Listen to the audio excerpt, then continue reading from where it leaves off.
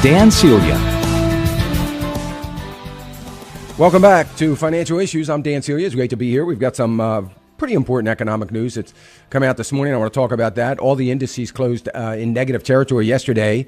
The Dow closed down 94 yesterday. The S&P down slightly, down about 6. So that's where we ended up yesterday. It looks like we're going to have a negative open this morning based on what has happened. We see ADP job numbers came out. This is the ADP number. This is not the government number.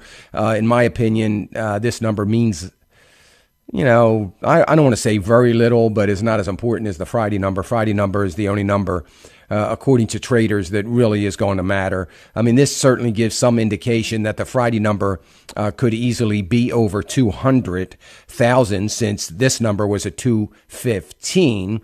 But keep in mind, which nobody seems to want to mention this morning, I was a little amazed about that nobody mentioned the fact that it's Christmas. And that we've had October, November job hires, temporary jobs. If you work 1 hour somewhere, doesn't matter where it is, you now have a job and you're employed. So nobody wants to talk about that, but certainly that is entered into the picture, even though we don't hear about it. That will be likely the case as well as we head into the job numbers on Friday, the important government job numbers, private sector jobs, and we'll see what that does to the unemployment rate. So if it's up to 215 or whatever, that's going to see. But it's very, very interesting that in the midst of all this, things getting so much better in the job market, we're still not seeing any investment from the business community, by the way.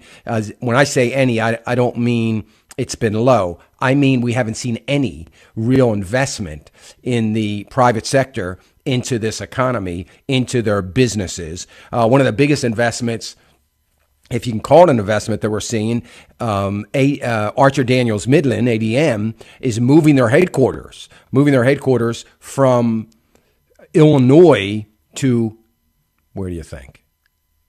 Texas. Is that a surprise? They're moving to College Station, Texas. They plan on hiring 15,000 workers there locally in Texas. In a statement by ADM, they announced they thanked Governor Perry for creating an environment in his state where it is beneficial for corporations to move there. He didn't go into the detail of that, but obviously talking about the fact that you've got great cost of living, you've got a educated workforce.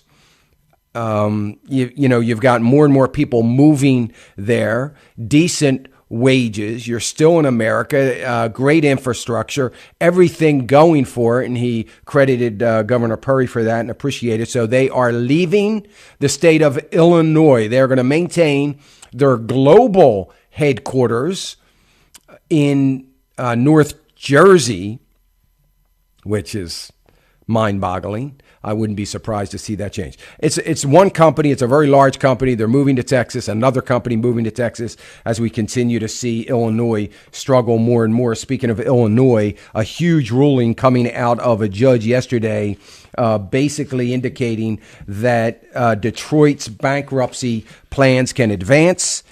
This is going to impact. The worst part about this is this governor is, there's about 6 or 7 states that have a constitutional amendment to their state constitution that says contracts are to be honored even in the cases of bankruptcy. And Detroit or Michigan or Illinois is Detroit is one of those. Michigan is one of those. So it looks as though they're not going to honor that. So if there's an awful lot of angry people out there, particularly labor unions, who continue to tell their constituency that they still have the power. They still have the power to demand certain things from the government. Well, that power is out the door because it looks like pensions are going to be cut as a result of this bankruptcy. So not good news. Not good news if you have worked all your life and worked hard in the city of Detroit for your pensions. It looks like they're going to start to see some cuts. They are $3.5 billion in the hole. They are unable to borrow any more money in order to pay their pensions. I would suspect that the next thing we're going to be seeing is that all of those folks are going to be moving, as far as their healthcare system, over to Obamacare, and we're likely to see that. It's very, very interesting, and I give the Wall Street Journal some credit for mentioning this in their article in reference to Detroit's bankruptcies this morning. And one of the things the Wall Street Journal did point out, which no one else is pointing out, not even conservative media, that the spiral downward for the city was swamped by more than 100,000 creditors that filed for bankruptcy as a result of the auto industry. You know, it was a beautiful thing for GM. They just wiped out all those small businesses, all those little creditors, all those small businesses, all of them. They just wiped them out. And yet the president speaks about saving the auto industry. He saved an auto company from bankruptcy while hundreds of thousands of people became unemployed and hundreds of millions of dollars became written off as just a caught up in the bankruptcy. So, you know, carved out a special exemption in the bankruptcy code for GM. But nobody seems to want to talk about that. Interesting. So I was very disturbed by the ruling yesterday and the judge allowing this bankruptcy to proceed as if a normal bankruptcy and the pension plans to be impacted, because this is the beginning. This is the beginning. Listen, there are states, counties, municipalities all over this country that are in big, big trouble in their pension plans. And if you are one of those workers in one of those cities, counties, municipalities, states that have pension plans that are underwater, underfunded dramatically, you could see a change in your pensions. I'm not trying to alarm everybody. I'm just trying to give you a heads up, because this ruling is going to have an impact on all of that. Because frankly, we are seeing, and I said this 2 years ago, folks, I said this 2 years ago, that this is going to be a huge problem for America. That we have unfunded liabilities and pension plans around this country that are now going to get a pass because, and they're unfunded, by the way, make no mistake about it. They'll blame the economy. They're going to blame 2008. Let me tell you, in 2007, they were in big trouble before any of this happened. The fact of the matter is, this is as a result of irresponsible strategies and planning, or lack thereof. And that's what this is all about. It's nothing more than that. But now, one of the great ways that they can get out from under some of this are two things. One is they can withdraw their support to people's health care plans and say, hey, just go on the exchange. Do what you got to do. Gets rid of that liability. And it's going to open the way to follow suit and reduce pensions. Now, Detroit's got enough problems. Now they're going to have pensioners in the city of Detroit, what few people are left living there, are going to say, we got to move. We're going to have to move somewhere. You know, we're going to have to go to Tennessee or Kentucky or somewhere where the cost of living is a lot lower so that we can survive. And there's going to be possibly another mass exodus out of that city, which they can least afford. So anyway, just opening the gates to so much more that is yet to come. But all the while, when we listen to the news today and we see the numbers coming out of ADP, we're hearing 215,000 jobs. Now, the dollar on that news trimmed its losses a little bit. So the dollar recovered. That'll be bad for gold, as gold was beginning to go up a little bit. U.S. exports went up 1.8%. That's good news. So U.S. exports did go up. Mortgage applications, by the way, fell 12.8%. That's a huge decrease in mortgage applications. So for as good as this economy is, it looks like people aren't real anxious to get out there and buy homes. I'll be interested to see what the unemployment number is Friday, what the labor participation number is, what the hours worked per week. There is still far too many situations that there is no correlation between reality, what is real, and what is perceived. Not a good thing. OPEC has decided this morning that they're going to keep production levels where they are. So OPEC says they're going to just keep producing.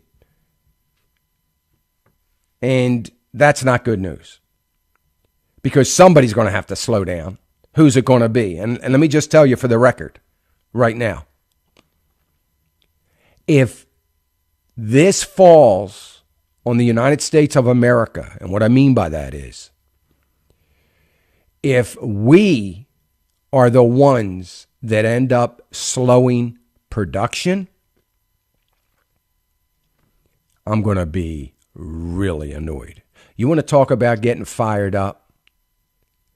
If we have a government and private sector that instead of slowing down what we purchase from the Middle East, if we are forced and force upon the oil industry in this country to slow production down, instead of just maintaining our production, our workers, our profit in the private sector here in America, and slow down our purchasing from OPEC, I'm going to be furious. And I'm not going to be even a little bit surprised if it happens. I'm just going to be aggravated.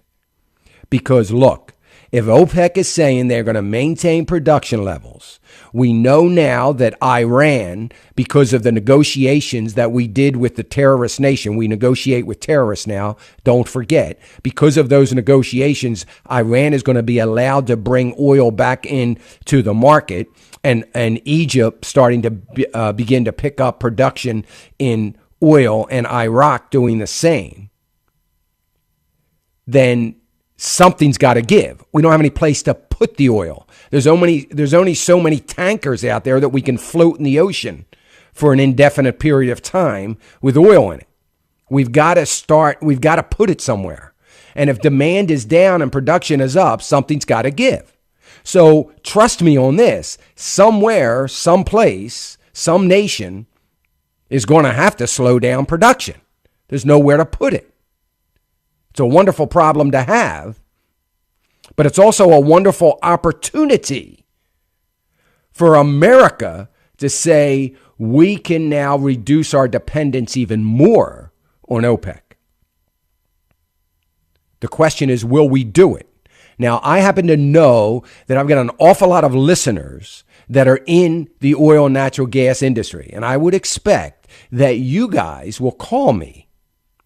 You men and women that are in that industry, that you'll call the program and say, let me know when your company is announcing a slowdown in production while we continue to buy at the same rate from OPEC, because they are not going to slow down their production. So anyway, just something to look forward to. I got a couple things that I want to go, and then we're going to go to the phones, 866-300-9298. If you want to call in, if you got a financial question for me, listen, folks, this is the time. I've been on the road. I'm still on the road. It's been very difficult. I've been traveling an awful lot. You know that.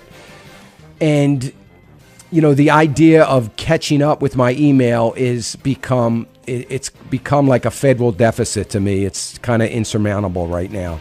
It is unsustainable.